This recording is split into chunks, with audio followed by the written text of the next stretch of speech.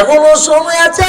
আল্লাহু আকবার, আল্লাহু আকবার নেকামল কইরা আমার আল্লাহকে রাজি খুশি কইরা দান খায়াত কইরা যদি নেকামল সাজাইয়া মৃত্যুর সময় ইমান নিয়ে মরতে পারি, আমল সাজাইতে পারি, আল্লাহর ফজল করবে আপনার আমার মৃত্যুটা সহজ হবে, আসান হবে।